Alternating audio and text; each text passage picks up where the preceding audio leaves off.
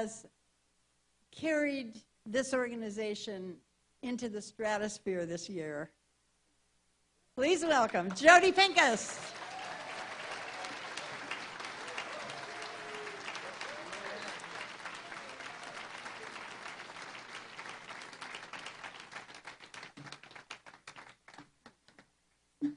Thank you, Susan. Whew. Okay, enough about me. When Susan said, which keynote do you want to introduce, I was like, Kaveh Akbar. I didn't have to think about it. So I'm a little nervous because I'm, introducing a literary, thank you. Well, you are on the floor, so you're making me feel better.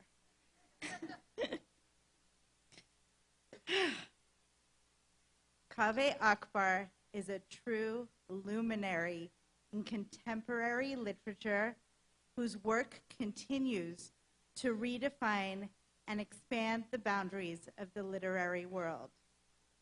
Kaveh Akbar is not just an incredible poet, but also a novelist with exceptionally lyrical prose.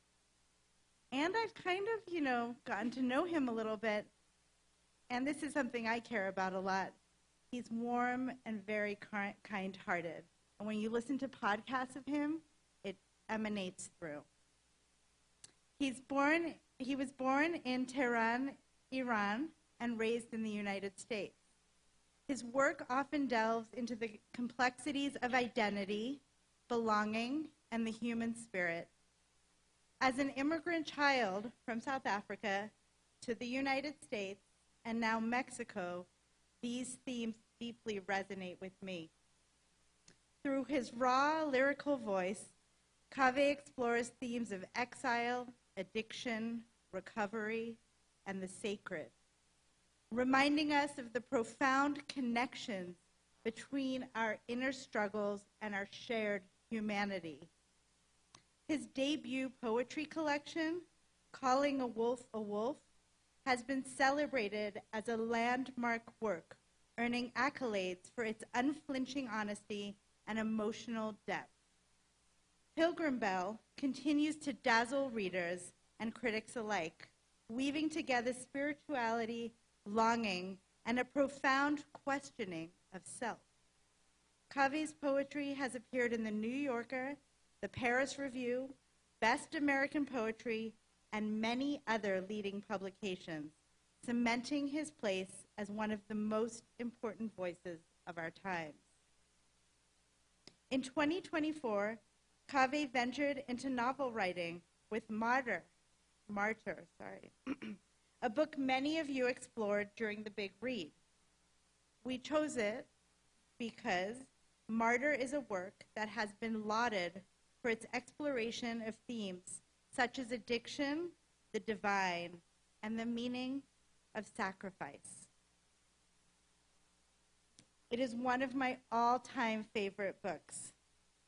The ending completely blew me away, leaving me in awe and making me immediately want to go back and reread it again and trace every step that led to the stunning conclusion. The novel has garnered critical acclaim, including being shortlisted for the National Book Award and making the New York Times 10 Best Books of 2024. Beyond his writing, I'm not done. There's more to this man, this young man. Beyond his writing, he teaches at the University of Iowa and in the low residency MFA programs at Randolph College and Warren Wilson. A dedicated educator and passionate advocate for literary arts, he always puts his students first. This was evident at the conference, where he went straight from leading a roundtable discussion, and he's like, I gotta go, folks, because he had to teach a Zoom class because he wanted to ensure that his students didn't miss a single lesson. So I leave you with a quote from the book Martyr by my favorite character, and I might not say this name right, Orchida, thank you. I am an artist. I give my life to art. That's all there is. People in my life have come and gone and come and gone. Mostly, they have gone. I give my life to art because it stays. That's what I am, an artist. I make art. She paused for a moment. It's what time doesn't ruin. Please join me in giving a warm welcome to the artist whose art will live with us eternally, the brilliant Kaveh Akbar.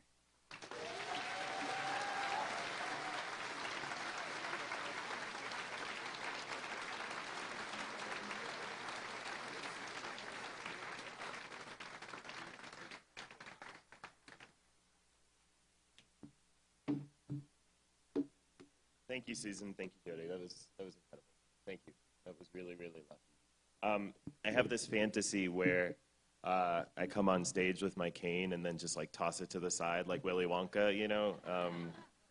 Once I'm fully recovered, I will do that, and it will be really fun for me, and everyone will think it really odd.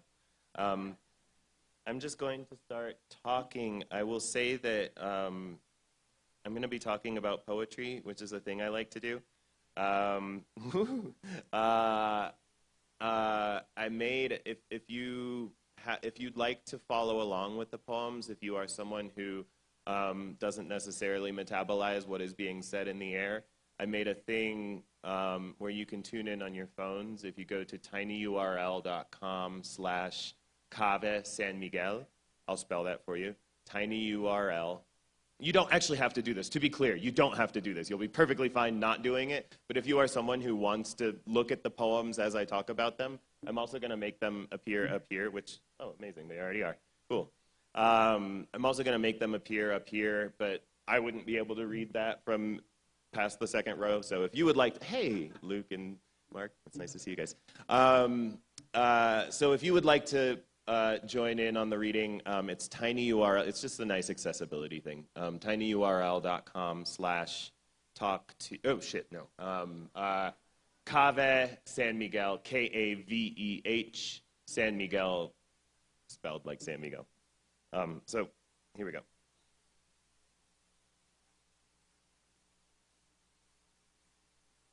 In 1989, I was born in the middle of a snowstorm in Tehran. My first two languages were Farsi and English, in that order. My first full sentence was, "Gimme ab," ab being the Farsi word for water. I have always been a bit thirsty. I have always been a bit enamored of the materiality of language, trying to snap together parts that don't exactly click, but might if coaxed just right, like sticking a mega block into a Lego. My third language was Arabic, but Arabic gets an asterisk because I never really spoke it. I just learned to pray in it. When we came to America, Islam's 5 daily prayers became one long prayer to say at the end of the day. We were full of these kind of new world workarounds. My mother never ate pork, except secretly in the form of pepperoni pizza. She pretended that she didn't know that pepperoni was pork. Once every evening, my father would announce it was time for namaz, prayer, and he, my mother, my older brother, and I would assemble to do our wuzu, a kind of pre-prayer ablution, drawing water to wash our faces, our hair, our heads, our arms, our feet. Then we'd gather as a family in the living room or in the kitchen or a bedroom to lay out mats and move through the prayers, saying them quietly to ourselves as we cycled through the various postures of devotion. In my very early childhood, I would just watch my family, mimicking their movements as best as I could. Mostly their prayers were whispered, barely audible, so instead of sounding like them, I focused entirely on moving like them, cupping my hands before my face as if they were full of water, then splashing my hands up to my ears, bending at the waist, kneeling, touching my head to my janamaz, my own tiny embroidered prayer mat. However, when I was 6 or 7, my father decided it was time to teach me to say the prayers on my own. He wrote out the Arabic words using the English alphabet translated, spelled phonetically. and various colorful inks. He laminated the pages, and every day he and I would spend an hour together sitting on the couch studying the plastic pages. The line would say, Bismillahirrahmanirrahim, and slowly we would make the sounds together, me leaning up towards my father's stubbly lips, blissing in the magical music that came from them. We'd practice saying it all together, moving through the postures right there on the old couch, both of us laughing at my forgetfulness, growing tired and eventually hungry. This is how prayer works, by the way. You sit on a couch and, you just lean into your father's voice and you feel his double. That's what prayer is. It didn't take long before I had mastered it, could offer 15 minutes of continuous prayer in this gorgeous, mysterious language. I was so proud, and so was my father. It was the exact same language spoken by the prophet himself. The poet Kazim Ali writes, "If prayers can make a place holy, then it must mean there's some divine energy that moves through a human body." I learned from Kazim that the Arabic word ruh means both breath and spirit. Ditto for Latin, spirare, like the breath and the spirit, I think a lot of languages have this. And this seems absolutely essential to my understanding of prayer, a way of directing, bridling the breath spirit through a kind of focused music. This music, this way of hymning directly to God, was my first conscious experience of mellifluous charged language, and it's the bedrock upon which my understanding of poetry has been built. I had no dictionary sense of what the words actually meant. Still don't.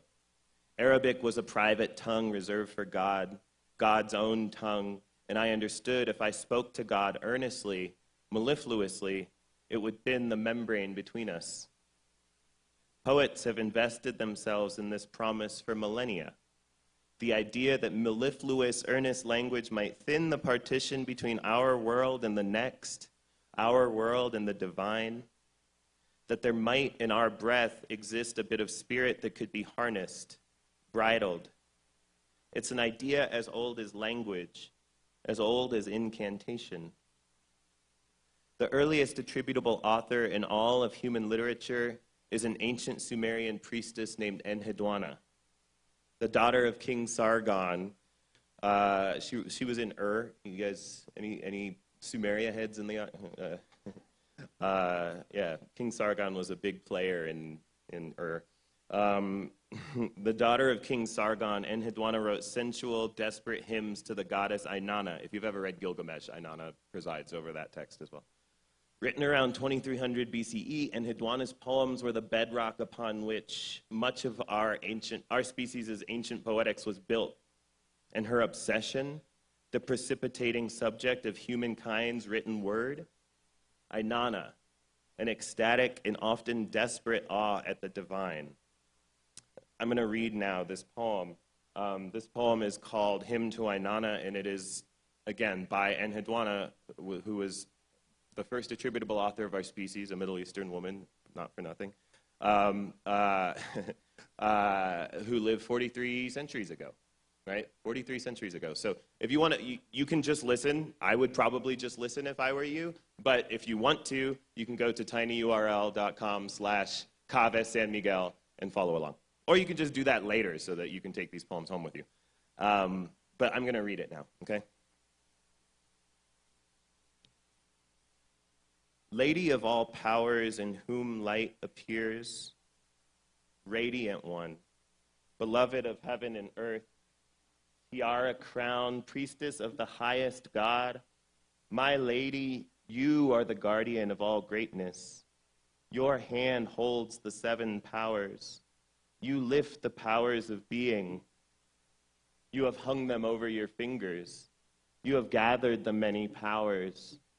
You have clasped them now like necklaces onto your breast. Like a dragon, you poisoned the land. When you roared at the earth, in your thunder nothing green could live. A flood fell from the mountain. You, Inanna, foremost in heaven and earth, Lady riding a beast, you rained fire on the heads of men, taking your power from the highest, following the commands of the highest. Lady of all the great rights, who can understand all that is yours? In the forefront of the battle, all is struck down by you. Oh, winged lady, like a bird you scavenge the land, like a charging storm you charge, like a roaring storm you roar, you thunder in thunder, snort in rampaging winds. Your feet are continually restless, carrying your harp of sighs. You breathe out the music of morning. It was in your service that I first entered the holy temple. I, Enheduanna, the highest priestess. I carried the ritual basket. I chanted your praise. Now I have been cast out to the place of lepers. Day comes and the brightness is hidden around me. Shadows cover the light, drape it in sandstorms. My beautiful mouth knows only confusion. Even my sex is dust.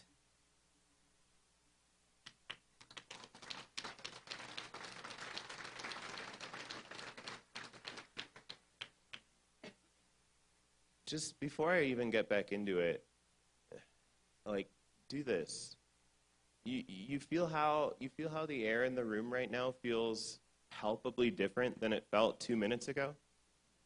Truly, like, I'm not being funny. Like, it feels different. The air feels thicker. It feels denser, right? That's because a woman who lived 43 centuries ago wrote a poem. Like that. I'm getting goosebumps talking about it. I don't know if you guys can see that in the front row. A woman 43 centuries ago wrote a poem, and the air in this room here in San Miguel feels different, right? That is the magic I have known, right? I've never been the beneficiary of a burning bush or, a plague of locusts, right? Like this is the magic that I have known. A woman can write a poem in 2300 BCE, and we all sitting here in San Miguel can palpably, our skin feels different. Right? Our brain stems, like somatically, right? Do you guys feel that? That's fucking cool, right? Like that, like for real, like that's, I think that people have this idea that you have to like strap a poem down to a autopsy table and vivisect it, and it's like, I don't know what most of this means. Like, I'm not interested in, this might be later in the essay. I apologize if I'm stepping on my own toes. But the poet Alan Grossman says a poem should be about a thing the way a cat is about a house, right? Like, but I don't care about the aboutness. I care about what just happened somatically, right? Like, I care that my brainstem feels different right now, right? We don't strap a aria to the table. We don't strap a composition to the table, right? You can listen to Ave Maria and weep without speaking a word of the language. You can listen to Future or Kendrick Lamar and feel hype for a run. Like this is not, we don't need to strap it to a gurney and try to beat a confession out of it, right? Like you just all had a real experience with poetry, right? Because a woman 43 centuries ago, I can't get over, I will never get over this, right? A woman like in this unimaginably different time than our own, right? An unimaginably different culture that was utterly, okay, I'm gonna get back to my thing, but I really wanna, no, for real, like this really matters to me. Okay. Well, okay, thank you. Okay. I could spend our whole time together just marveling at this artifact with you. Enheduanna has been one of my most treasured companions these past few years. A woman who lived roughly 43 centuries ago, writing about the same things I've spent my life wondering about, wandering toward. What language can and cannot do. Doubt, exile, bewilderment. It's also important, maybe biographically, to note that Enheduanna, at some point when King Sargon died, this is nerdy, but at some point when King Sargon died, Enheduanna's brother took the throne, and in that transition of power, Enheduanna was exiled. So she writes lots of these hymns in exile, like Ovid. If you've read Ovid, right? He's writing most of his poetry from exile. So we have this poetics of exile too, right? I mean, this is a woman who has been cast out of her home, right? Which feels pretty germane, you know? Okay, I'm not gonna put my thumb on the scale that hard yet. Oh, maybe I will, okay. There is, in the vast shadow of a pandemic, of a fascistic regime, of total irreversible ecological collapse and genocides concurrently happening around the world, a sense of the utter unprecedentedness of our moment. It's easy to feel rudderless, like there is no path forward that includes the survival of our humanity. But then, reading a poet like Enheduanna, who wrote her verse roughly 43 centuries before today, I feel more than anything else utterly precedented. She writes, "Like a dragon, you poisoned the land. When you roared at the earth, in your thunder, nothing green could live." She was writing to Inanna, the ancient Sumerian goddess of love and fertility and war. But she may as well have been writing to the American god, too, the money god, whose reign of destruction has also poisoned the land and ensured nothing green could live. Fracking and Monsanto and microbeads are all 21st century faces on a species-old problem, mankind's corrosive impact on the earth.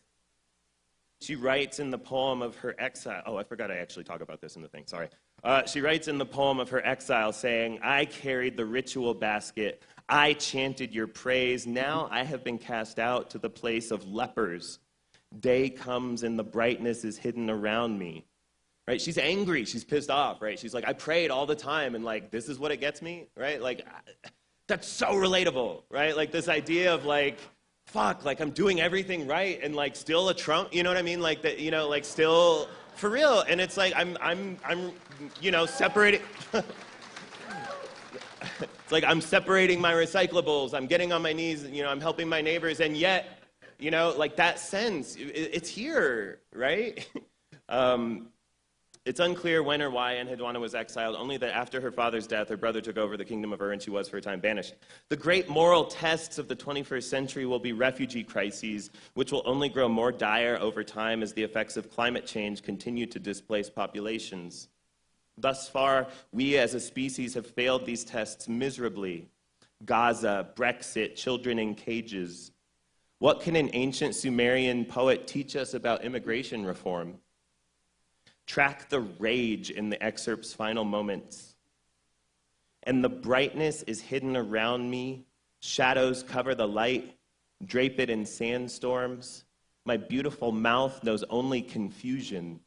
Even my sex is dust. I find myself unaccountably moved by this language. For one, it is clearly the language of a poet throwing her hands up, saying, I don't know what language can or can't do, but I am desperate and I need someone to hear this. It's the promise I found inside language as a boy, praying with my family in Arabic. Here I am, speaking earnestly, mellifluously, believing such speech can be an end to itself. But I am also drawn to Enheduanna's rage. Today, more than anything else, it's rage that seems to govern me. I am an Iranian mostly raised in America, caught between two national regimes actively toxic to hope. To quote Audre Lorde, it is not my anger that launches rockets, spends over $60,000 a second on missiles and other agents of war and death, pushes opera singers off rooftops, slaughters children in cities, stockpiles nerve gas and chemical bombs. Hope, I've been talking about hope a lot this conference. Hope comes and goes in a world that actively conspires against it. But occasions for anger bloom in both my nations daily. State murder of civilians, voter suppression, murderous foreign policies. In such a world, an engine that runs on rage will never sputter. And ultimately, I do think rage can be a measure of tenderness. Rage is our ability to imagine wholly the humanity of the harmed. And Enheduanna trains us in that imagining. Do you guys understand what I'm saying? The idea that how many thought pieces have you read where you see a Gazan mother saying, like, I am like you, I love my children? You know, like, everyone in this room has a child that they love, right? Like, there's a child in everyone's life in this room that they love. the way that I have two nieces. My elder niece does math worksheets for fun. She's a dork, she's just such a nerd, right? She's like super, super smart. She is in this public school corporation where they have did you guys ever do that thing where over the summer, if you read X number of books, then you got a pizza party and, that sort of thing? It's like that, but for math in her school corporation, and it's all online, and so you can see how much everyone else is doing. So her thing is that she wants to have done more math worksheets than everyone else and done better on these math worksheets than everyone else in the city of Seattle. And so, yeah, she's so sweet and strange and nerdy. She's been obsessed with taking these practice SATs. She's 12. She's been obsessed with taking these practice SATs. My younger niece is 7, and she sends letters to our dog. My spouse and I have a dog named Galilee, and she writes letters, draws pictures in them, writes it, my brother puts it in the post box and sends it, and it's just to Galilee. It is not to me or to my spouse, right? It is just to our dog, right? The way that I love their strangeness, the way that I love their singular, unprecedented humanity, is the way every one of those children, every one of those 40,000 children was loved. Every one of those children.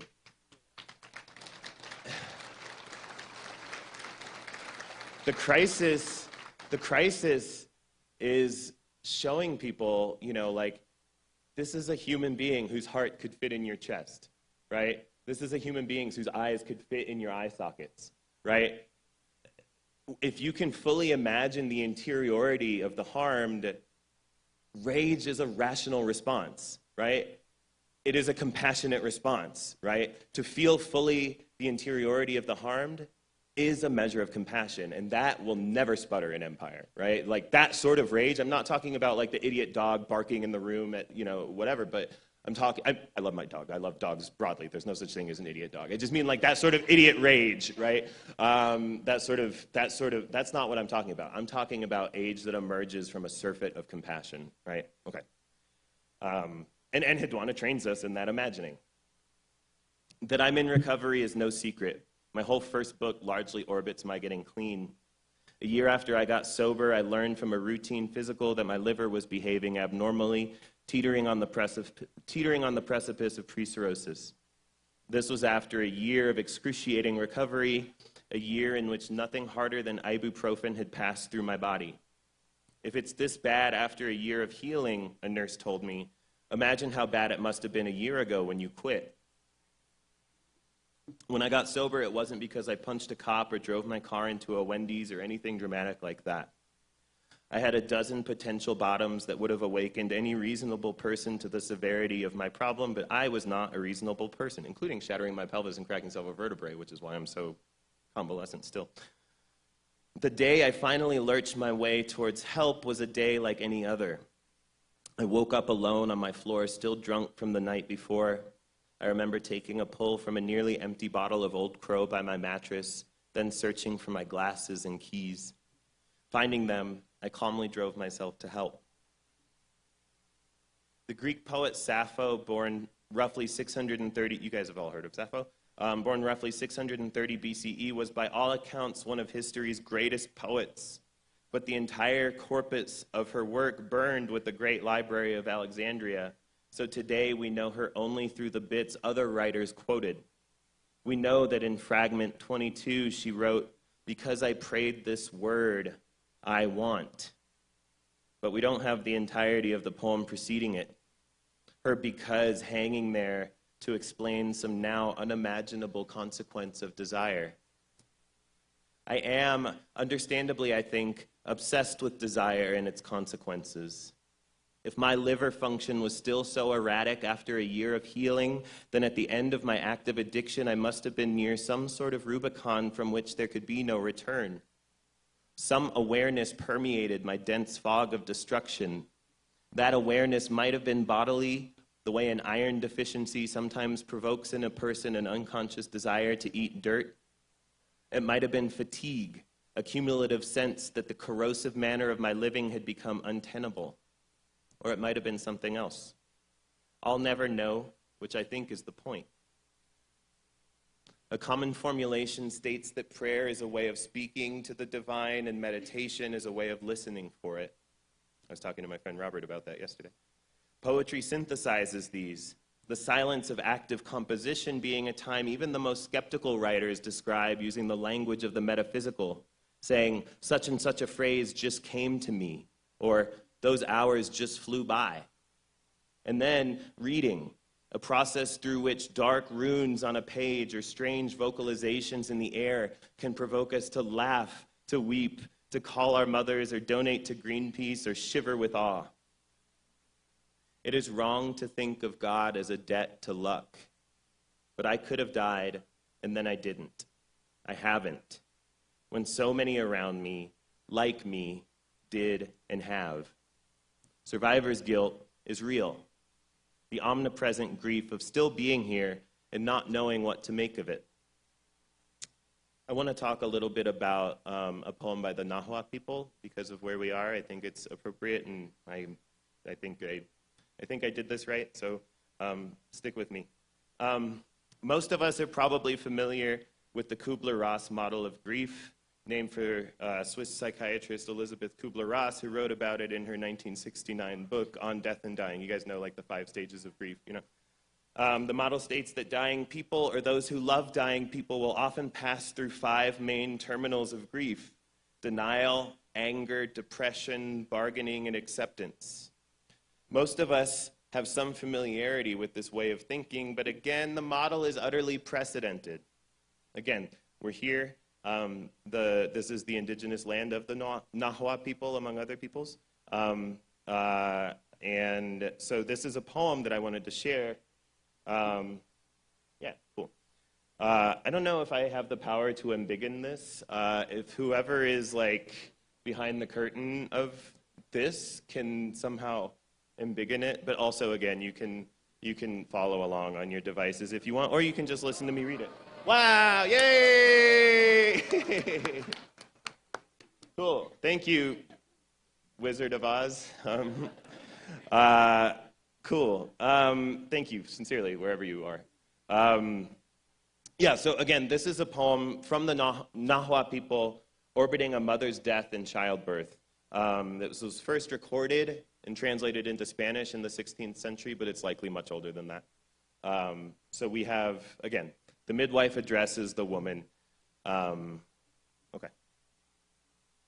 Precious feathered child, eagle woman. Oh, shit, I can just read off there. Precious feathered child, eagle woman, dear one, dove, daring daughter, you have labored, you have toiled, your task is finished. You came to the aid of your mother, the noble lady Quetzalcoatlantli. You received, raised up, and held the shield, the little buckler that she laid in your hands. She, your mother, the noble lady Quetzalcoatlantli. Now wake, rise, stand up. Comes the daylight, the daybreak. Dawn's house has risen crimson. It comes up standing. The crimson swifts, the crimson swallows sing, and all the crimson swans are calling. Get up, stand up, dress yourself, go. Go seek the good place, the perfect place, the home of your mother, your father, the sun, the place of happiness, joy, delight, rejoicing. Go. Go follow your mother, your father, the son. May his elder sisters bring you to him.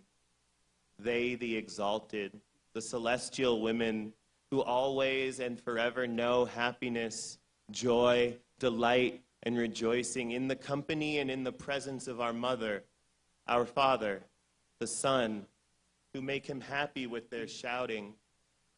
My child, darling daughter, lady, you spent yourself. You labored manfully.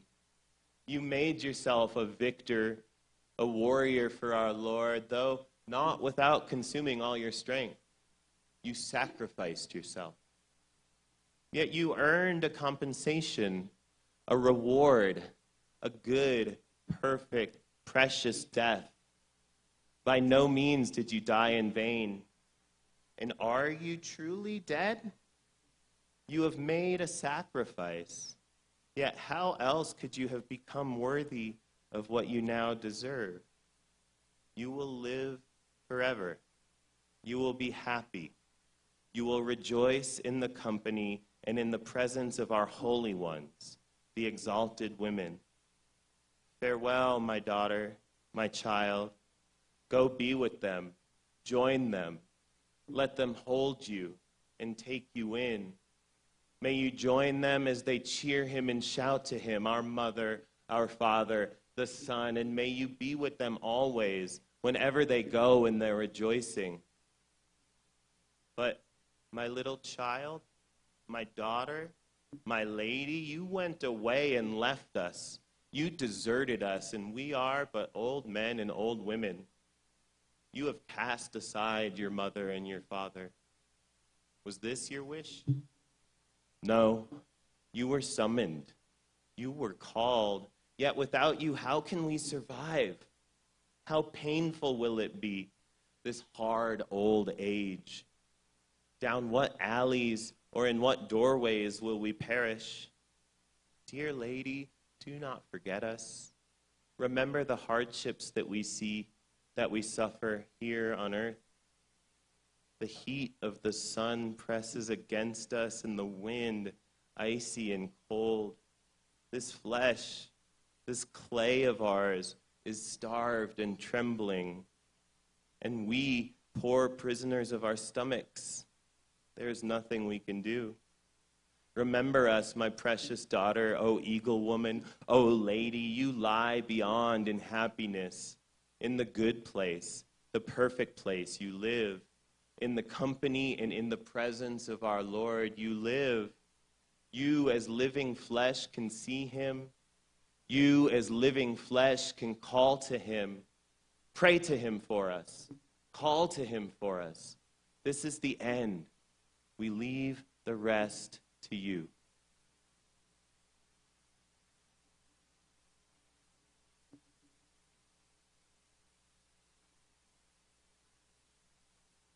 Just let it be a moment.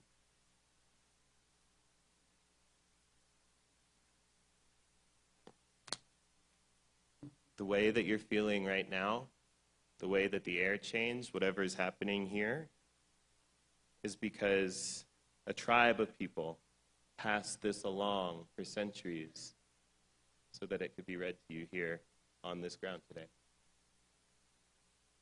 Just let that be a moment. Let that be a feeling.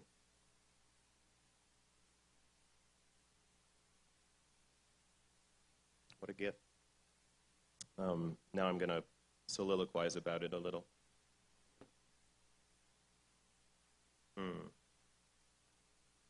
Okay.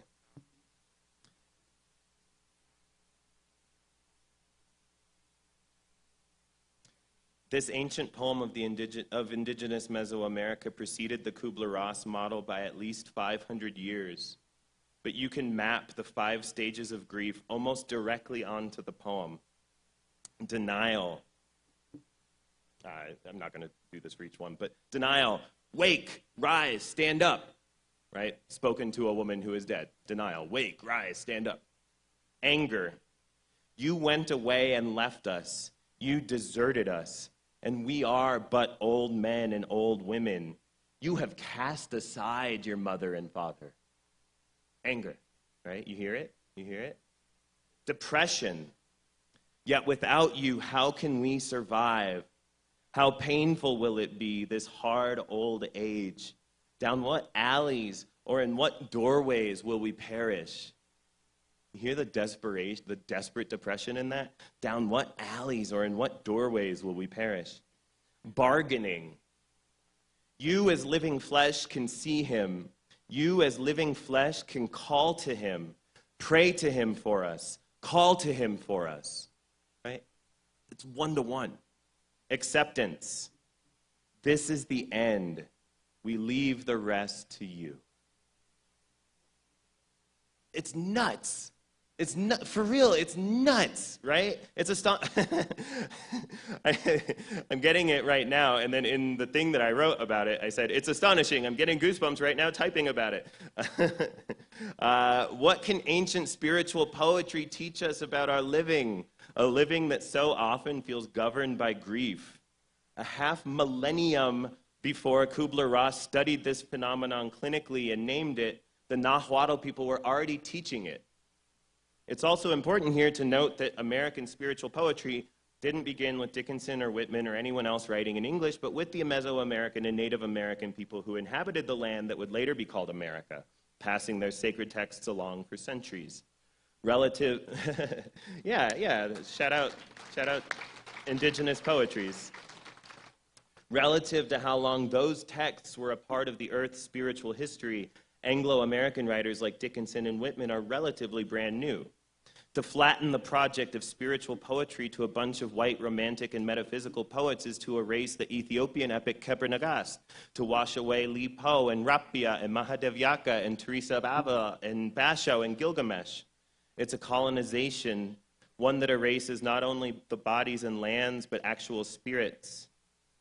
One of the questions you can ask a poem, to what do I owe my being here? That's a great prompt for you. I know that this is all kind of macro and meta, but like, ask a poem that and then write, right? To what do I owe my being here, right?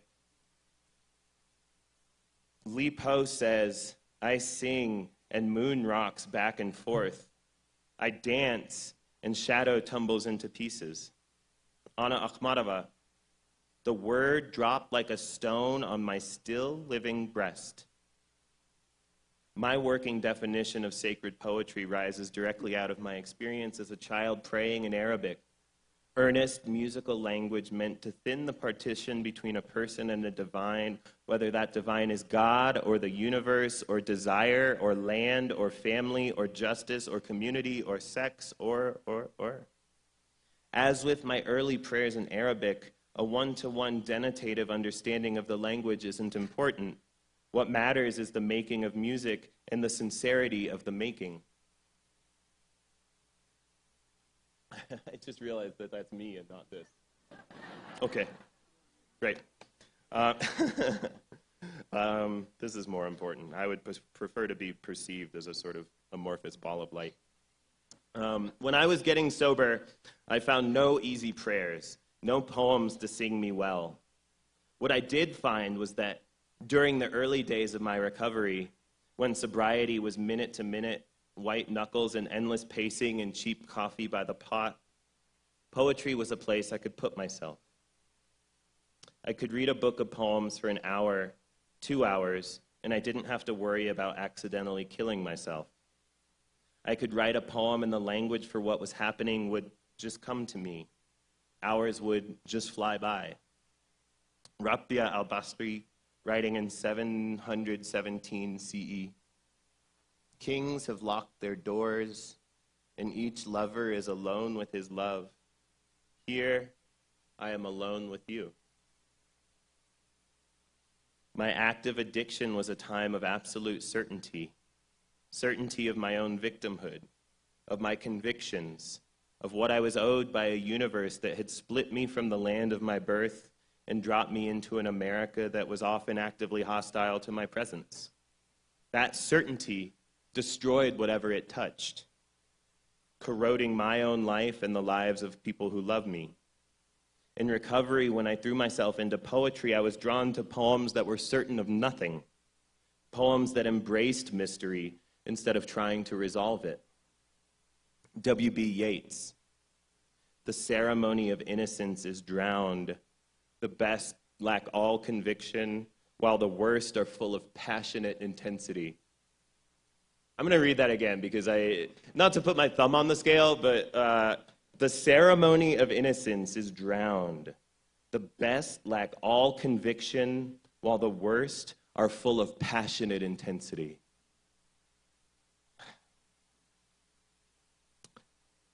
It's not just writers from antiquity who take up the challenge of unknowing. Even today, when irony remains the default posture of the public intellectual, poets remain relentlessly sincere in their explorations of the spirit and faith, of the mysteries that make and shape us. Here's Lucille Clifton, who is a major American poet of the 20th century. Ah, shit. Okay, you guys can, well, whatever. My dream about the second coming.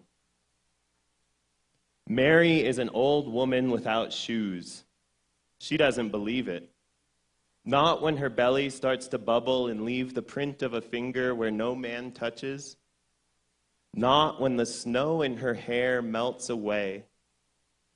Not when the stranger she used to wait for appears dressed in lights at her kitchen table.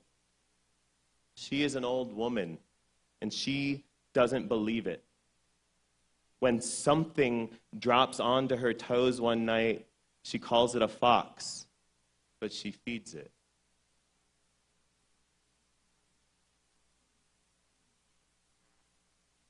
When something, and notice that S is capitalized. That's preserved, that's not a typo. When something drops under her toes one night, she calls it a fox, but she feeds it.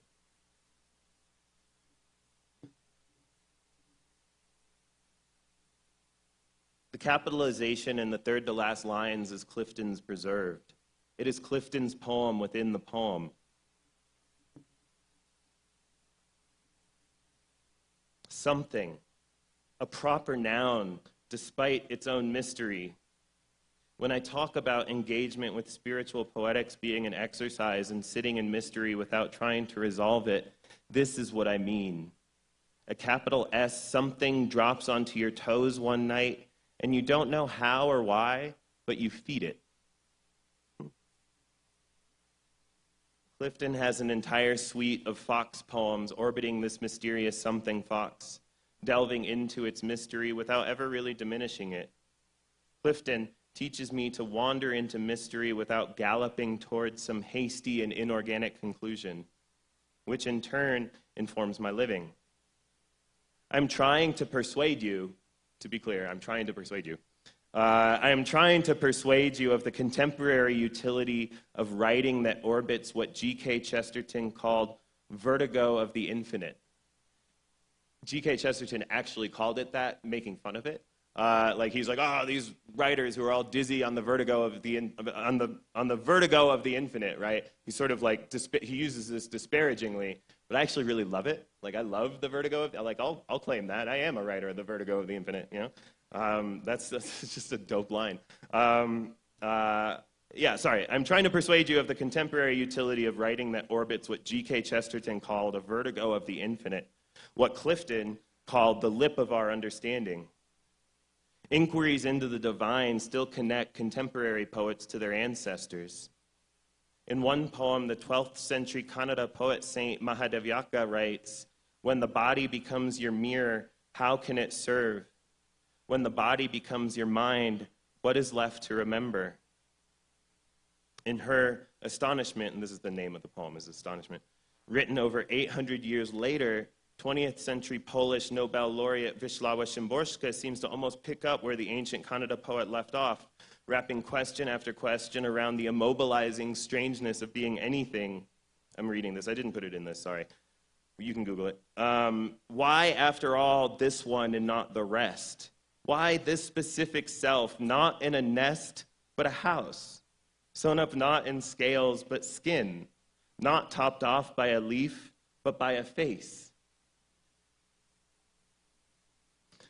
The great Persian poet Hafez wrote, "Start seeing everything as God, but keep it a secret." Again, you guys just laugh because that wasn't me. I didn't say, that was Hafez, right? This ancient Persian poet just made you all laugh, right? When you laugh, laughter is a social behavior, right? Laughter is something that you, like, when you watch a movie by yourself, you're not laughing out loud very much, right? But when you watch that same movie with your kids, with your friends, with your spouse, you're laughing a lot out loud, right?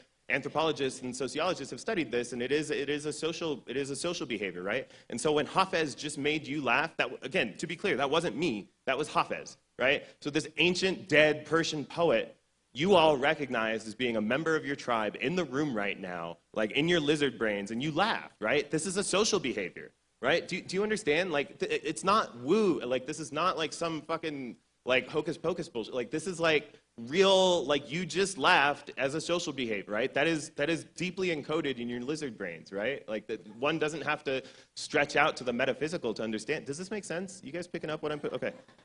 Okay. The great Persian poet Hafez wrote, "Start seeing everything as God, but keep it a secret." I still have no idea what I mean when I say God, but I see it everywhere. I mean it intensely. I write poems and, yes, books about it. I read about it constantly, which seems counterintuitively to only deepen its secret. I want to do a thing with you guys. Just trust me on this. Close your eyes for a second. Close your eyes. Imagine now, in your head, a bladeless knife with no handle. Okay, you can open your eyes. Do you see how the image recedes from view the more language I add to it? A bladeless knife with no handle. This is also, in poetry we call that apophasis, right? Where you describe something by what it's not. There's also an apophatic theology, right? Which is describing the divine by what it is not. So like if you said the divine is not suffering, then where there is suffering, where humans are causing suffering to humans, that is not of the divine, right? So you can recognize the absence of the divine there, and you can move to correct it to bring the divine in, right? This is Simone Weil was a great 20th century practitioner of apophatic theology. It's also a rhetorical device. Like if you use like an apophatic epithet, like our American's current president is fond of this rhetorical gesture to say like, I would never call her a dummy-dumb who doesn't know her, whatever, like saying a thing by saying you're not saying it, right, is an apophatic. Anyways, but so the bladeless knife with no handle, right? An image recedes from your mind the more language you add to that. That's a gift. You guys can do, like, just come up with the fingerless glove with no palm, right? Like, you can just play with that in your writing. The bladeless knife with no handle. I can't think of a more useful skill to arm yourself with in the year 2025 than the ability to sit in mystery without trying to resolve it. Carolyn Forche writes about poets who don't easily, and this is a quote, don't easily extricate morality, ethics, the sacred, and the political.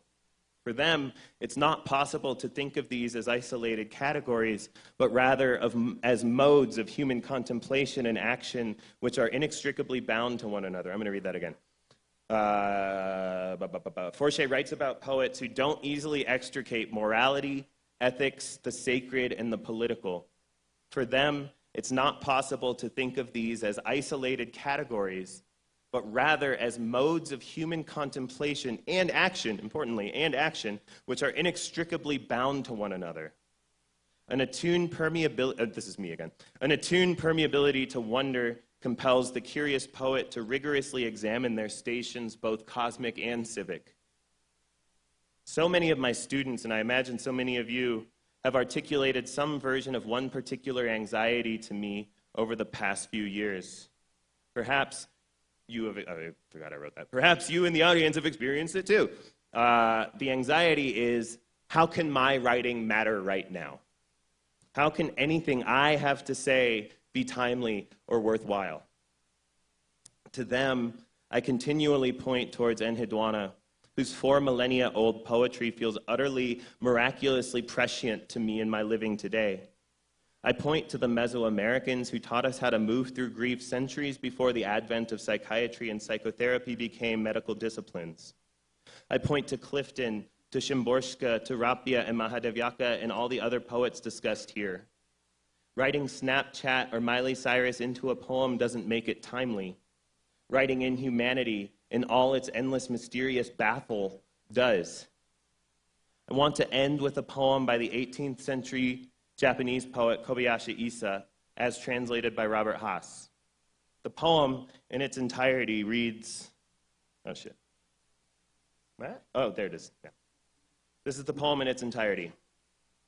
The man pulling radishes pointed my way with a radish.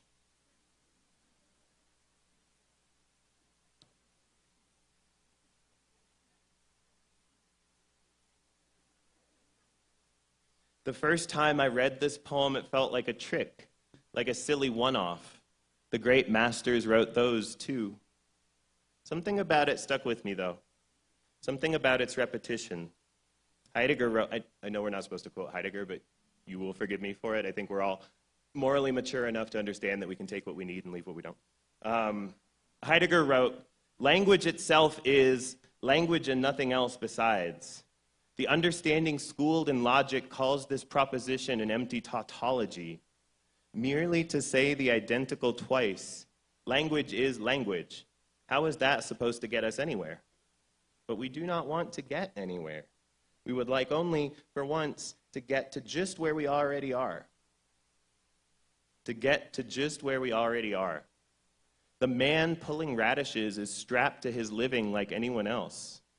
What does a man pulling radishes have to point the way? Well, a radish. We are inheritors of a murderous age. As writers, we've deputized ourselves wardens of our species' most dangerous technology, the English language. A language invented by men. No one came out speaking English, right? A language deployed throughout history in service of colonization, genocide, ecological decimation, chattel slavery, the building and deployment of nuclear weapons, drone warfare, and more. That's our paint. That's our radish. What are we to do then? We who are tethered to language like a plant to the soil. We who write into a country run by religious zealots to their one true God, the money God, to whom they would sacrifice our lives, the lives of the people we love, and people who love the way we love. What are we to do amidst such zealotry? Well, our ancestors have given us models. Reject certainty, which exists only in the rhetoric of zealots and tyrants. Reject false equivalencies, the vapid argle-bargle of empire. Adjust our metabolization of language to remind us of its materiality, its power. Our task as wardens of our species' most dangerous technology, to treat our materials seriously. Embrace the mystery of earnest, mellifluous language. Embrace its infinite potential to thin the partition between us and the world we seek.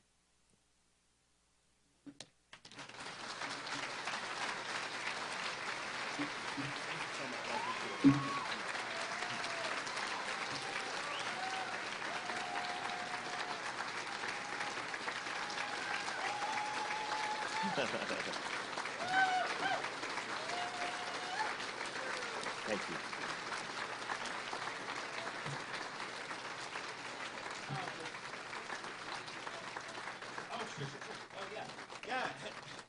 If you guys have questions about that, I'm happy to talk to you. I'm happy to talk to you about questions about that or writing. I mean, I really care about this stuff, and I hope you're obviously here because you do as well.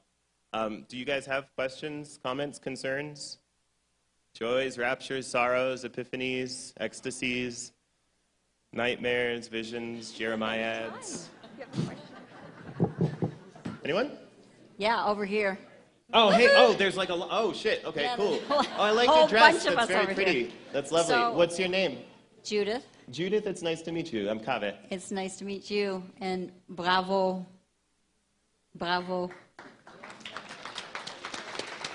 for your courage, for your tenacity, and for your writing. Now, my question is this. So, these ancient poets used all the devices of modern poetry.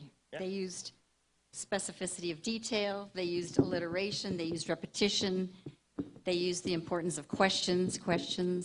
What I want to know is, how did they do that without ever attending a poetry workshop at the San Miguel Writers Conference? Judith, I'm gonna answer your question. I'm also gonna lay down on the floor. I quoted Yeats earlier, and he also has a beautiful line about being this beautiful immortal soul tethered to a dying animal, right? And unfortunately, my dying animal right now is, I really wanted to come to this. My spouse let me pick 3 events this year that I was allowed to keep on the calendar, and I canceled everything else because of my shit. But I am gonna lie on the floor right now for the Q&A, if that's okay with everybody. Yeah, It's not because feel free. It's not because I don't love you or because I'm being disrespectful. It's just because I am also tethered to a dying animal. Okay, yeah, I mean, I think that Is this okay? Yeah. This will stop being weird in like 30 seconds, I promise. Yeah, oh, here, I can see you. Yeah, I think that, first of all, these were all translations, right? And so there are contemporary poets translating the ancient poetics, but the ancient poetics also had unique formal devices that we don't practice, right? You know, I think that I tell my I teach at the University of Iowa, and I tell my students all the time, semi-tongue-in-cheekishly, but I think I might actually believe it, that like my job could pretty reliably be replaced by a library card. You know, I think that you know, I might be able to point you in this or that direction. You know, point you towards a thinker or encourage you. You know, I'm pretty good at waving my pom-poms for students, you know, but I can't teach you shit, right? Like, you just have to write. The French photographer Henri Cartier-Bresson said, my first 10,000 photographs were my worst. Right? Which is to say, you know, if you stage and shoot and develop 10,000 photographs, you're probably going to learn something about photography, right? And you know, I think that this thing is kind of maddeningly linear, right? I think you put in X number of hours and you get Y better, and there's no really, I mean, when you read. Like, if you read Woolf or Nabokov or Morrison, right, no one is going to, that feeling that you get when you read them, like, no one is going to confuse, like, the shitty draft that you wrote 15 minutes before workshop for that, right? Like, no one is going to be like, oh, wow, this is as good as, well, you know, like, it's time, right? There's no shortcut, there's no shibboleth, there's no secret handshake, there's no special agent or editor or, you know, secret guy in publishing that's going to convince anyone that your writing is anything but what it obviously is, right? And so I think it's just reps. I think it's just getting the practice. Thank you so much, Judith. It was nice to meet you. Thank you. Thank you. Kaveh. Hey, what's your name? It's Suleiman. Suleiman, that's a beautiful name. And you know about Suleiman. Yeah, it's a beautiful name. First of all, I'm surprised perhaps that Rumi didn't surface. Oh, believe me, I have several other lectures about Rumi. I just did 43 centuries of spiritual verse in 45 minutes, so you'll forgive me for... It's not a criticism. Yeah. I wondered. My question really is, I have to say, when you first appeared tonight, I've never seen you before, and you've never seen me, I felt, and do forgive me if this offends in any way, almost as if you were a prisoner. You're wearing a striped shirt, and you've been released. And I feel this feeling is this man, like a meteorite, is moving from Sumeria through ancient Persia, through Tehran, where you've just been released in some way, into American academia. Where do you feel, if you are this meteorite, and I feel you are, where do you feel you're going? Thank you. Wow.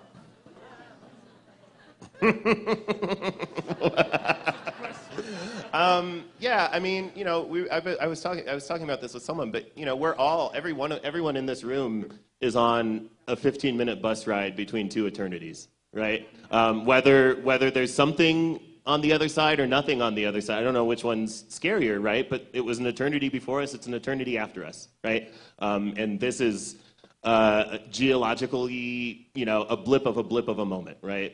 So I have no idea where I'm going, right? It baffles me that we're not constantly talking about it, right? That we all, you know, sort of talk to each other about the pate or the coffee or whatever, and we're not talking about the fact that we're all inexorably hurtling towards some kind of eternity, right? One of my favorite writers is the Argentinian writer Jorge Luis Borges. One of my all-time favorite writers, maybe one of my like desert island. If I had 3 writers on a desert island, I think he would probably be one. But he was famously obsessed with infinity, right? He writes The Book of Sand. He writes The Library of Babel. I mean, there are others, but he's famously obsessed with infinity. And one of his favorite models for infinity was the Sahara Desert, right? He was also a little bit of an Orientalist, which I'm pretty sure you and I are allowed to forgive him for. Yeah, he wrote a lot about the Sahara Desert, and late in his life, when he was already blind, I think he was already blind at this point, he gets to go out to the Sahara Desert. And when he gets to the desert, he reaches down and he picks up a scoopful of sand, and he lets it sift through his fingers, and he says, I am modifying the Sahara. Right? And that was his great epiphany. That was his great epiphany. And I find that, I'm getting goosebumps. I mean, I've told this story 50,000 times. I've read it 50,000 times, and I'm getting goosebumps just talking about it. But he was modifying infinity. I find that so profound, right? I mean, my psychic Sahara, there are new archipelagos formed by, you know, Piccola Breedlove in The Bluest Eye, right? Like whole new archipelago, whereas, you know, the hotel dining menu that I read might move a grain of sand from here to here, but it's still modifying my psychic Sahara. And in turn, my living is modifying this Sahara, right? You know, like my living is, my job here is to, you know, I'm having a nice talk with my new friend Suleiman right now, and we're modifying each other's Saharas. Assalamu alaikum.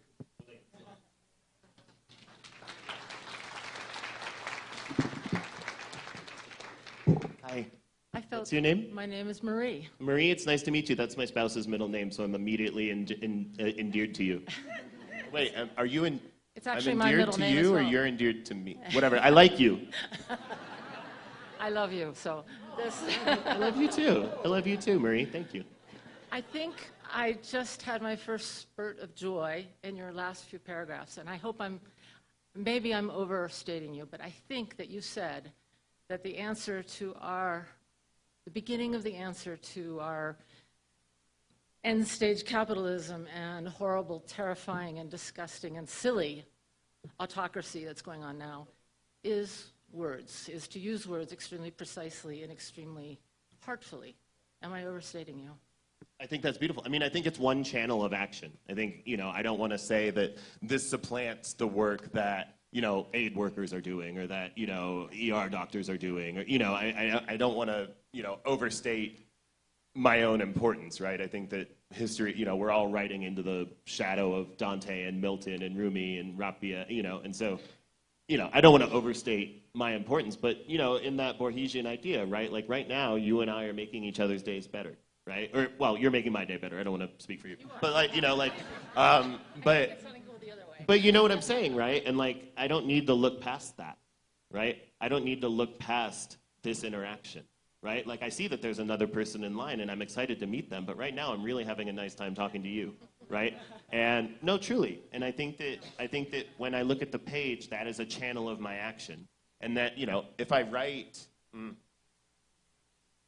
I don't write a poem about the unhoused in my community and then say, oh, job's done, wrote the poem, right? You know what I mean? I write the poem about the unhoused in my community, and then I go buy socks and Cliff Bars and maxi pads and I take them to the mission, and that's how poetry works, right? It points me towards the action, right? And I think that, again, like you said, being very, very precise with our language, reminding people that language has integrity and history, magnitude, density, slowing down their metabolization of language, because so much of what is happening is we are just being shot at with a fire hose of meaningless language, right? We have these auto scrolls, what is it, like an endless scroll, where, you know, you see an ad for Charmin toilet paper, and you see, you know, a clip from the Lakers game, and then you see state murder of an unarmed civilian, and then you see, you know, a baby photo from your friend, and then you see an ad for, you know, Applebee's, right?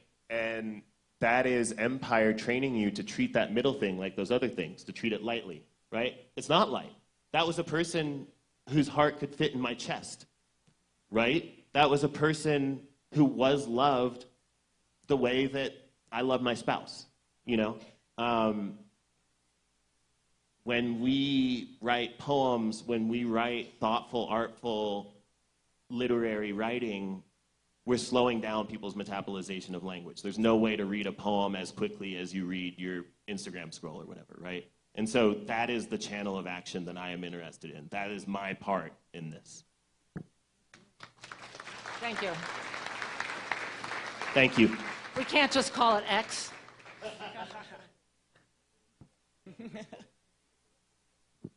Hi, what's your name? I'm Tony. Nice to Tony, meet you. it's nice to meet you. Thank you for coming. Thank you for being here. I don't think since Robin Williams and the Dead Poets Society have we heard such passion and enthusiasm I do love for Robin Williams a poetry. lot. He's a And member of my I am tribe, not too, yeah. into poetry, but I think you have maybe made a convert here. I mean, that saying you're not into poetry is saying you're not into food, right? Like, it's just, there's poetry for you. You know what I mean? It might not be, you might be a picky eater, right? But there is poems. There are poems for you. He knows me. Can I ask a question about Martyr? About Martyr? Sure, Yeah. I also wrote a novel that is, I think, ostensibly the reason why I'm here. Well, we had a big book club about it earlier Oh, this shit, that's week. right. You guys all read it. I wish I had, It cool. was- That's very nice of you. By the way, thank you all for the gift of your time. Sincerely, it's your most irreplenishable resource, and to give me 12 hours of it is a massive gift. Thank you for it.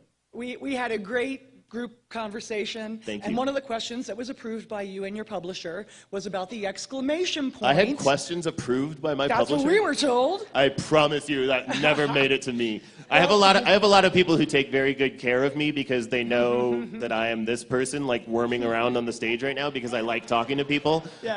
and will often overdo it. And so I'm grateful for my minders, even as sometimes they are perhaps a little bit overprotective. Well, the first question was about the exclamation point in Yeah. the title and why, and everybody had different opinions. I thought it was sort of comedic, like the movie Airplane exclamation point. Sure, yeah. So now that A we've met touchstone. you, I'm wondering if you could tell us why there's an exclamation point in the Yeah. I would love. What did you say your name was?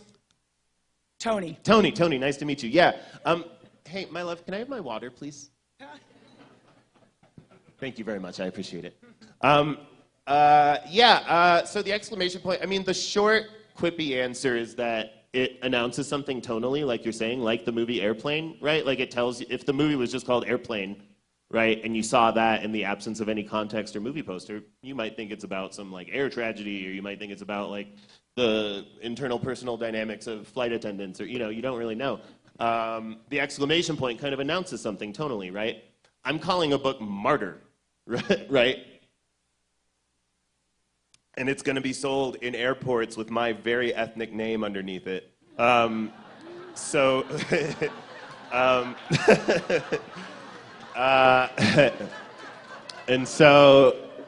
there's a comedian, I forget who, I apologize, who has this great bit. He's an Iranian comedian, and he has this great bit about how after 9/11, he started calling himself Persian, not Iranian, right? He was like, oh, no, not Iranian, I'm Persian, like the cats, like the rugs, and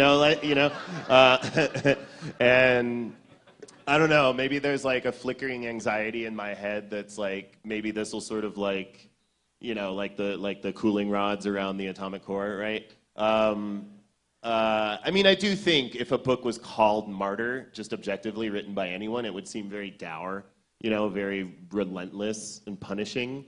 And it's not for me to say, but I hope that my book isn't those things. I hope that my book is, when it is sad, I hope that is a sadness that is made complex because there is great joy and lightness in the book. And I hope that when there is joy and lightness, it is made deep by having known profound grief, right? Because that is how my living feels, right? Like right now, this second, I'm having a really nice time talking to my new friend, Tony. I'm feeling better because when I was standing, my hip really started to hurt, and now I'm laying down, and it's feeling a lot better. I'm also aware that I'm going to need to pee in the next half hour. I'm aware... No, for real. I want to, I'm also aware that right now, this second, there are still people starving in Southern Gaza, right? I'm also aware that right now, this second, there is a sort of like, autocracy steamrolling its way across almost every right that I care about, right? I'm also aware that after this, I'm going to have a nice salmon burger with my new friends, Robert and Jamie, right? All of this information is happening concurrently in my head, right? It is not, right, grammatically, I can only put it in sequence, right? Grammatical language only works one word at a time, right? In my head, that's not how it arrives in my head. In my head, it all arrives on the same neural synapse, right? Instantaneously. Language can't accommodate that. You see what I'm saying? And I think that that's a crisis. I think that, the inability of language to express concurrentness is an insufficiency of the medium, right? And so I hope that the title is a little synecdoche, a little diorama of the larger book, where it is a very intense word, And it's a very silly piece of punctuation, right? The book as a whole, right? Even as Cyrus has plenty of occasions for grief in his life and is sort of beset by self-pity, right? He also loves, Sonic Youth and The Simpsons and Kareem Abdul-Jabbar, right? And those things make major appearances in the book because even when we're sad, we still have to, cook the rice, we still have to, right, pay the electric bill, right? Like and I want my art to reflect that concurrentness because I think that fire hose concurrentness, right? The fact that I'm having a nice time talking to Tony right now, even as concurrently I'm aware of all the ills in the world, right? That feels like the sort of the atomic, what's at the atomic core of the modern condition, of the contemporary consciousness, right? And I want my art to reflect that. Exclamation point. Thank you. Thank you, Tony. Hi. Friend, what's your name? My name is Stacy. Stacy, it's nice to Yes. meet you. I like Nice that name. to meet you. Thank you. I have a request because I was finding myself trying to memorize everything that you were saying so I can go home and share it with my Sure. people, like my mom and daughter. Sure. And I was wondering if you would share what you were reading off of to the tiny URL or something. Oh, yeah, sure. I can do that. Yeah, I'll paste it. Yeah, thank you. Because Yeah. I want to go back and also all like the different poets that you mentioned. I now wanna go Yeah. study Like them. even if you weren't fucking with like what I was talking about, hopefully there are some tangents from there that you'll be able to follow. Yes, totally. Thank you. Thanks, Stacy. Yeah, I'll do that after this. Hey, what's your name? Amaranta. I'm Miranda. Yes. It's nice to meet you. I'm Kaveh. Well, first of all, if you ever want to translate to Spanish Against Dying, I'll be Against out. dying? Yes. Oh yeah. Like drinking the sugar cube, swallowing it like a pill. Yeah. I love it. That's one of my poems. Thanks for reading my poems. And the second, well, it's a question. You feel, for me, your poetry kind of reminds me of the wasteland. Is there? Wasteland? It's like comparing me to Catullus or something. But I don't know if it's like some of your. You mentioned one of your favorite poets, but which are the two remaining? Your top three. My top 3 poets of all time. Holy shit. This answer, I'm going to treat this question with lightness and play because otherwise I'll get really in my head about it. So this is my top 3 Mount Rushmore poets as of 2:15:25, whatever time it is, 7:30 or whatever time it is. Is it really 8 o'clock? Oh shit, I'm sorry guys. You can leave and like relieve the baby. I won't love you an atom less. I mostly just don't want to stand up. What was it? Oh, okay. I need to answer this quickly. Rabia of Basra was like the original Sufi mystic from whom Rumi and Hafez and Saadi and lots of them sort of splinter out of her ideas. I think her life is so beautiful. Her poetry is undertranslated, but I really love it. So I'll say Rabia. I'm going to say John Berryman, which is a terrible answer because he was a bad guy, but it would just be completely dishonest to pretend like his poetry hasn't utterly shaped the algorithms of my thinking. I think that I am ethically mature enough to take what I need and leave the rest. Eve Sedgwick, the feminist scholar Eve Sedgwick, has a great essay called Paranoid Reading, or I Bet You Think This Essay Is About You. Where she offers paranoid reading as one mode of reading that is, useful but limited, and offers what she calls reparative reading as a sort of complement to paranoid reading. And I think that is a useful tool because, basically any guy who is, it's a lot of problematic artists, and John Berryman was very much one of them. And I don't even like saying problematic because that's sort of euphemizing the harm. But his poems just, I would, if I had one desert island poem, it might be 11 Addresses to the Lord by John Berryman. Is that 3? Did I say 2? No, Rabia, John Berryman. I'll say Adélia Prado, who's my favorite living poet. She's a Brazilian poet. She's sort of like a hermit nun who writes these very, very steamy poems to Jesus. She calls him Jonathan. And it's like, you know, her poems are, there's one poem where she says, I have something of the utmost importance, and to keep it to myself would be unjust. The asshole is holy, right? And she's talking about, you know, sex acts with Jonathan, who is Jesus, and it just staggered. I mean, you know, I said a sort of silly one, but yeah, Adelia Prado. So what did I say? Rapia, Adelia Prado, and John Berryman. Yeah, that's a good trinity.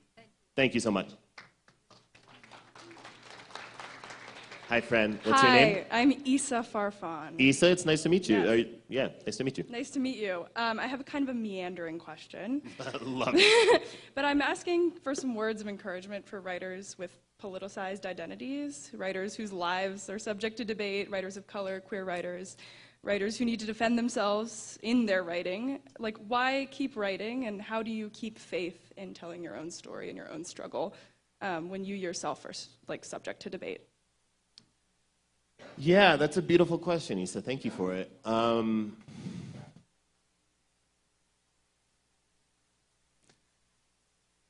When I was a teenager, I was first introduced to poetry in high school, and maybe I was 15 or 16. I had a high school English teacher named Steve Henn who read Yusuf Komanyaka's Facing It to us, and it just lit me up, and I felt, you know, he sent me home. I asked for the book, and I went home with it, and he sent me home with it, and it just steamrolled me. You know, it was like the clouds parted, and the angels came through with their clarion trumpets, and, you know, it was like, burr, burr, burr, burr, burr, you're a poet, Kaveh. You know, like, it was like really that shock of clarity, and I've never really deviated from that. But I say this to say, I was a kid who maybe like you was feeling pretty complicated about remaining alive, you know?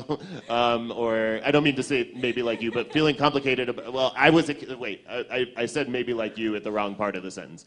I was a kid who felt complicatedly about remaining alive for reasons that, like you articulated, you know, just, it feels like it's maybe just a bad time, but it's been a bad time to, you know, be at the intersection of the various identity markers I inhabit. And I went to the 811.5 section of my library, and I saw all these books of poetry. And I saw all these books of poetry, and, you know, my family, my faith, my friends, none of that seemed worth staying alive for.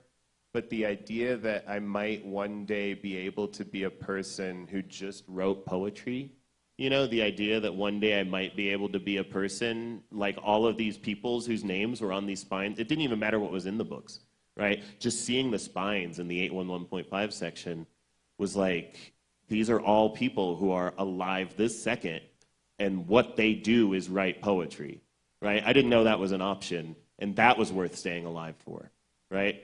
I write today to be a spine on that shelf, right?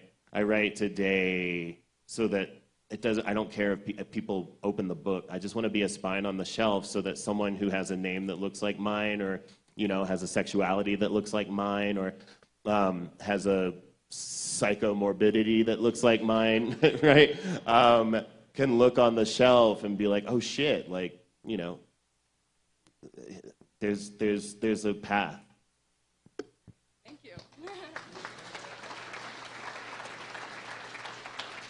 Hey, what's your name? Hi, I'm Abby. Hi, Abby. I'm sorry you're not feeling well. Oh, it's okay. I'm feeling great talking. I actually feel no pain right now when I'm laying down. Oh, good. I love Martyr. Thank you for writing it. Thank you for reading it. I do have a question. Why did you choose to end the book from the point of view of Sang, who was essentially a minor character? Wait, I don't know what's happening. I can't see you guys. What's happening?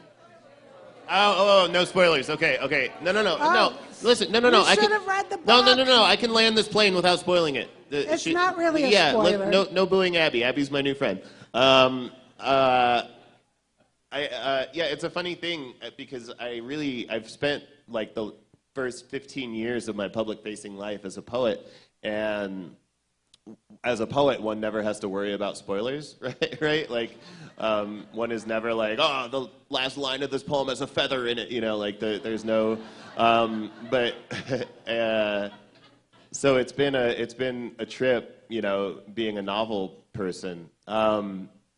Yeah, so the question was, there's a coda in the book, it's not spoiling anything, and in that coda is a character who doesn't get a lot of screen time up until that point. You wouldn't read the book and think this character a major character. I think that a lot of the book can be read as a study of people who believe themselves to have experienced their peak and live past it. And I'll talk about Cyrus, because Cyrus is sort of me adjacent. The main character in the book, this isn't spoiling anything, it's on the cover copy. The main character in the book is a sober addict who was recently orphaned. He's also a poet, so, not like anyone who's squirming around on the stage or anything. And the crisis of early sobriety for me was knowing that I had experienced these white light ecstasies, right? Like just these absolute ravishing narcotic blisses, and also these pulverizing, intense pains, right? I'm not just, I shattered my pelvis and cracked several vertebrae. I'm not even talking about that, right? Like the come down of certain drugs or the combination of certain drugs or being caught in a bad place with certain drugs, right, is a kind of narcotically induced, eviscerating agony that is inarticulable, right? And so I've experienced 11 and negative 11, right, on a scale from 10 to negative 10. Most of sober life is like 3 to negative 5.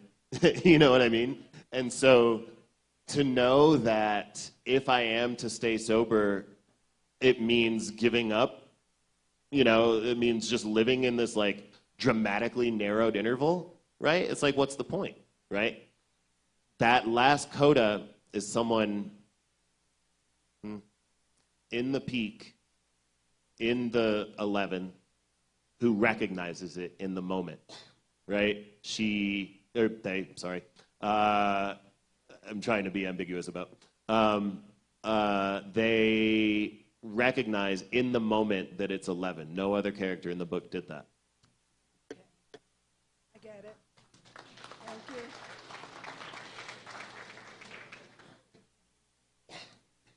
Hey, what's your name? Hey, friend. Hey. Zachariah. Zachariah, it's a beautiful name. Thank you. It's nice to meet you. Yeah, pleasure. I have a short question for you. I was wondering, I always feel I tap into nature when I hear the wisdom of our ancestors, and I wondered how you might experience nature today through their words, as you clearly have so much time put into reflecting on them. How do you experience that? It's a beautiful, beautiful question. Thank you. Yeah, I mean, right now, this second, like, we're all sitting in a room. Like, imagine if this ceiling, this, like, sort of cleft down the middle, I'm looking at the ceiling, so this is what I can point to. Imagine if this cleft in the ceiling sort of pulled open and 100 snakes just dropped down, right? We would all probably freak out, right? Understandably, we would all probably run out of the room, right? Even though we're all sat in a room right now with I don't even know how many outlets and wires and electricity surging around us, right? Every year, orders of magnitude more people are killed by electricity, fire, shock, this sort of thing, than by snake bites, right? Yet, there is something elemental, ancestral, deeply encoded in our, rabbit brains about snakes, right? Electricity hasn't been around an evolutionarily significant enough amount of time for us to react to it, right, in any sort of somatic way, right? Whereas totems like deer, spiders, snakes, rivers, trees, right? There is something in those that touches us in a place way deeper than fucking TikTok, right? Or electricity or TVs or, like all of this stuff is so new that evolutionarily it doesn't touch us, right? I say this to say our ancestors spoke in the same length. They mapped their thoughts onto the same thing, right? Like we are not so far evolved past, Enheduanna that, what she's looking at is not going to affect us, right? They mapped their experience onto the world around them, and we still live in that world. We still have those brains in our head. My dad worked on poultry farm. My dad worked on corporate poultry farms his whole life. But in Martyr, there is a dad who works on chicken farms, but my dad worked on corporate duck farms. So that's how you know it's not. That's how you know it's fiction. But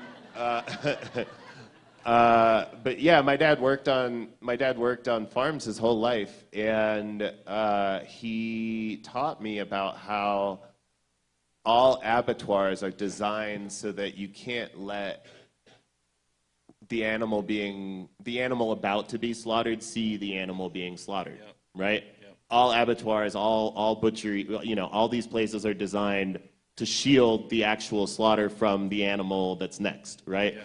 Because if the animal sees an animal being slaughtered, it releases cortisol and adrenaline, and that fucks up the meat. It makes it inedible, it makes it starchy, it makes it bad, right? We are not evolutionarily so far evolved past the cow that seeing us be slaughtered is not going to affect us, right? So every day we look at these machines, again, evolutionarily insignificant amount of time, these machines, right? And so we look at these machines and we see autoplay snuff films of drone strikes on civilians. We see, police murder of unarmed civilians in America, like, Philando Castile, right? We see these videos and our brains can't distinguish between that and someone 3 feet in front of us being slaughtered, right? The phone is an evolutionarily insignificant object, right? All our brain sees is there's a human being slaughtered, right? What does that do to our meat, right? We are not so far evolved past the cow. I say this to say we're all yoked to our dying animals, right? And we are in a time where our dying animals are dying faster because of this cortisol, the adrenaline. Our meat is getting fucked up, right? Like it can't be, devastating to the cow and absolutely inert in us, right? Do you see what I'm saying? Yeah, for sure. I appreciate that. I'm a farmer, and oh, really? Yeah. Amazing. I think Amazing. maybe in an ancestral life fight, I'd join you here as a bear, and the snakes would come down, and we'd use the electricity spark, and maybe have some snake tacos on. Amazing. Inshallah. Thank you so much.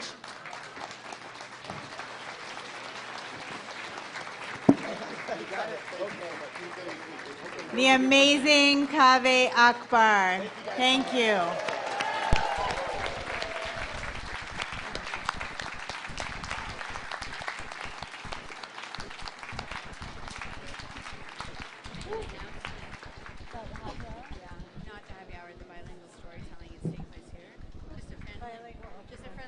Yeah, just a friendly reminder, the bilingual author readings and open mic is happening in the restaurant in Real de Minas. Don't miss it.